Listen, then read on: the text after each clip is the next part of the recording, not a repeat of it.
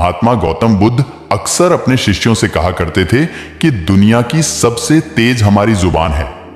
दुनिया का सबसे खतरनाक हथियार हमारे शब्द है, जो बिना खून खराबे, बिना घाव के अंदर ही अंदर मार देते हैं। शब्द हमारी ताकत भी हो सकते हैं और सबसे बड़ी कमजोरी भी हो सकते हैं। अगर किसी इंसान को यह मालूम नहीं है कि कब, क्या, कितना और किससे बोलना है, तो वह हमेशा मुसीबत में ही गिरा रहता है। लेकिन अगर किसी इंसान को अपने शब्दों की ताकत मालूम है, तो वह दुनिया की कोई भी सफलता प्राप्त कर सकता है। तो मैं आज आपको मौन पर एक छोटी सी कहानी सुनाऊंगा। मुझे यकीन है यह कहानी सुनकर आपको मौन रहने की ताकत मालूम पड़ जाएगी और यह कहानी आपका जीवन बदलने वाली है।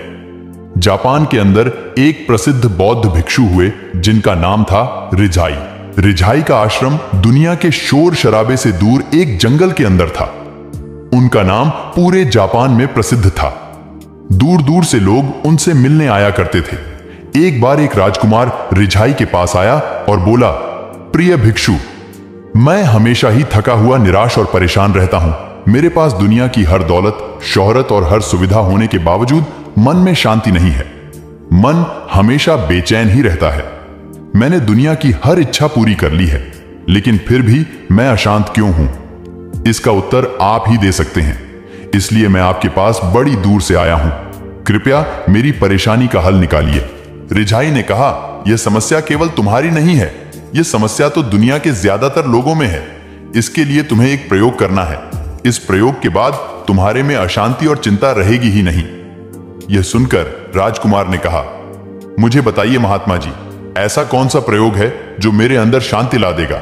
मैं अपने मन की शांति के लिए कुछ भी करने को तैयार हूं। रिझाई ने एकदम शांत स्वर में उत्तर दिया, अगले 10 दिनों तक तुम मेरे ही आश्रम में रहोगे, वह भी एक सामान्य व्यक्ति की तरह। लेकिन याद रखना, अगले 10 दिनों तक तुम एकांत में मौन ही रहोगे। बहुत जरूरी होने पर ही संक्षिप्त शब्दों में बोलोगे, जितना हो सके कम ही बोलोगे। राजकुमार को यह प्रयोग पसंद आया। उसने सोचा, केवल 10 दिनों की तो बात है, सारी दुनिया में मन की शांति के लिए भटक गया हूं, आखिर यह प्रयोग भी करके देख लेते हैं। अगले ही दिन राजकुमार सामान्य व्यक्ति की तरह एकांत में जाकर चुपचाप बैठ गया। शुरुआत के समय उसके मन में तरह तरह के विचार आने लगे। बार बार मन भटकने लगा, लेकिन रिझाई के अनुसार वह चुप ही रहा। जैसे जैसे समय बिता गया, उसके अंदर ही अंदर शांति का अनुभव होने लगा। उसके अंदर ही अंदर एक अलग तरह का ही आनंद आने लगा। यह उसके लिए अलग ही अनुभव था और उसके विचार धीरे धीरे कम होते जा रहे थे। एक दिन राजकुमार एकांत में प्रकृति को निहार रहा था। हवा में लहराते वृक्षों की आवाज, आसमान में उड़ते पक्षियों को देखकर वह बड़ा ही आनंदित महसूस कर रहा था। अब ऐसा हर रोज होने लगा। इसी तरह एक हफ्ता बीत गया और मन की सारी बेचैनी, सारी हलचल, सारी उथल पुथल और सारा तनाव एकदम गायब हो चुका था। 8वें दिन राजकुमार फिर से जब एकांत में बैठा तो कुछ ही मिनट में उसकी आंखें अपने आप बंद हो गईं और वह अपने आप ध्यान में चला गया। राजकुमार पूरे दिन ध्यान में ही रहा। उसके भीतर उसने असीम शांति और आनंद को पाया। बाकी के 2 दिन भी इसी तरह ध्यान में बीत गए। 10वें दिन रिझाई राजकुमार के पास पहुंचे तो राजकुमार ने प्रणाम करके कहा, महात्मा जी, मुझे मेरा उत्तर मिल गया। रिझाई मुस्कुराते हुए बोले, कौन सा उत्तर? तब राजकुमार ने कहा, मैं आवश्यकता से अधिक बातें करता था। मैं दिन भर अपनी फालतू की बातों में ही लगा रहता था। जब भी मैं अकेला होता, उन्हीं फालतू बातों को दोहराता रहता था। हमेशा खुद से बातें करके मैंने अपने विचारों को अपने मन में स्थिरता दे दी थी। यह विचार ज्यादातर नकारात्मक ही होते थे, जो मन में स्थिर हो जाने से मन बेचैन ही रहता था। इसकी वजह से मेरा मन किसी कार्य को करना ही नहीं चाहता था। इसी वजह से मैं हमेशा असफल होता। लेकिन इन 10 दिनों तक जब मैंने शांत और मौन धारण किया, तब यह विचार मेरे ना दोहराने की वजह से गायब ही हो गए। अब मेरे मन में शांति और आनंद ही है। मैं हर पल को खुलकर जी रहा हूं। इन 10 दिनों ने मेरा जीवन ही बदल दिया। मुझे पता चल गया कि ध्यान लगाने के लिए सबसे पहले मौन होना पड़ता है, बाहर से नहीं बल्कि अंदर से। मौन से फालतू विचार खत्म होते ही ध्यान तो अपने आप ही लग जाता है। रिझाई ने कहा, हां राजकुमार, तुम सही समझे। इस दुनिया में ज्यादातर लोग जरूरत से ज्यादा बिना मतलब की बातें करते हैं और अपना जीवन खुद ही बर्बाद करते हैं। जो लोग ज्यादा बोलते हैं उनकी बातों में कोई भी सच्चाई नहीं होती है। वह हर बात को बड़ा चढ़ाकर बोलते हैं ताकि लोग उन्हें भाव दें। इसलिए वे लोग ज्यादातर झूठ और गलत बातों को बोलते हैं, लेकिन वे जानते नहीं हैं कि हमारे शब्दों से ही हमारे विचारों का जन्म होता है। जो शब्द हम दूसरों को बोलते हैं, अगर वह शब्द गलत है तो याद रखना वे शब्द हमारे मन को नकारात्मक ऊर्जा से भर देते हैं, जिस वजह से हमारा मन अशांत रहता है और बेचैनी हमेशा रहती है। कुछ लोगों को आदत होती है खुद से बात करने की।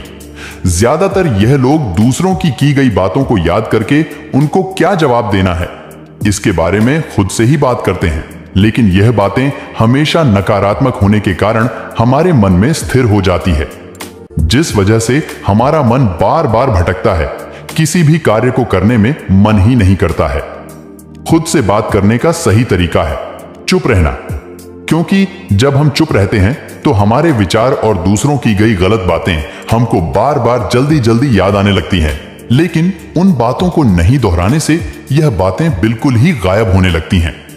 मन से धीरे धीरे यह नकारात्मक ऊर्जा से खाली होने लग जाता है और यह हमें आनंद से भर देता है। हमारा ध्यान आसानी से लग जाता है। जो लोग कम बोलते हैं उनके शब्दों में गंभीरता होती है।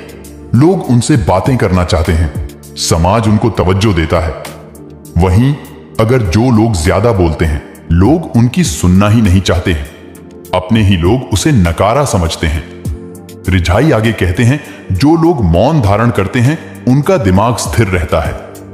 इन लोगों की सफल होने की संभावना बढ़ जाती है, क्योंकि अगर इनके सामने कोई चुनौती आती है तो वह आसानी से उसका समाधान ढूंढ लेते हैं। यह लोग विपरीत परिस्थितियों में भी अपना धैर्य नहीं खोते हैं। दोस्तों, हमारे भारतीय उपनिषदों में कहा गया है कि हमारे सब में वास्तविक ब्रह्म शक्ति है। जब हम मौन रहते हैं तब धैर्य आता है, धैर्य से ध्यान आता है और ध्यान से ही जागरूकता पैदा होती है। इसलिए अगर हम ज्यादा बोलते हैं तो हमारा मौन टूट जाता है। इसी वजह से हम छोटी छोटी बातों पर क्रोध करते हैं, हम चिड़चिड़े हो जाते हैं, हमेशा मन थका हुआ महसूस करता है। इसीलिए हमें इसका अभ्यास आज से ही शुरू कर देना चाहिए। हमें कोशिश करनी चाहिए कि हम रोज कम से कम 30 मिनट एकांत में चुपचाप बैठे रहे। मुझे पूरा विश्वास है यह आपको एक सकारात्मक ऊर्जा में बदल देगा। आपका सोचने और बोलने का तरीका ही बदल जाएगा। इसी के साथ यह वीडियो खत्म करते हैं। मुझे आशा है कि आपको इस वीडियो में सीखने को कुछ न कुछ मिला होगा। आपने वीडियो को यहां तक देख ही लिया है तो चैनल को सब्सक्राइब भी कर दें, ताकि ऐसी ही वीडियो आपको मिलती रहे। मिलते हैं अगले वीडियो में, तब तक के लिए धन्यवाद।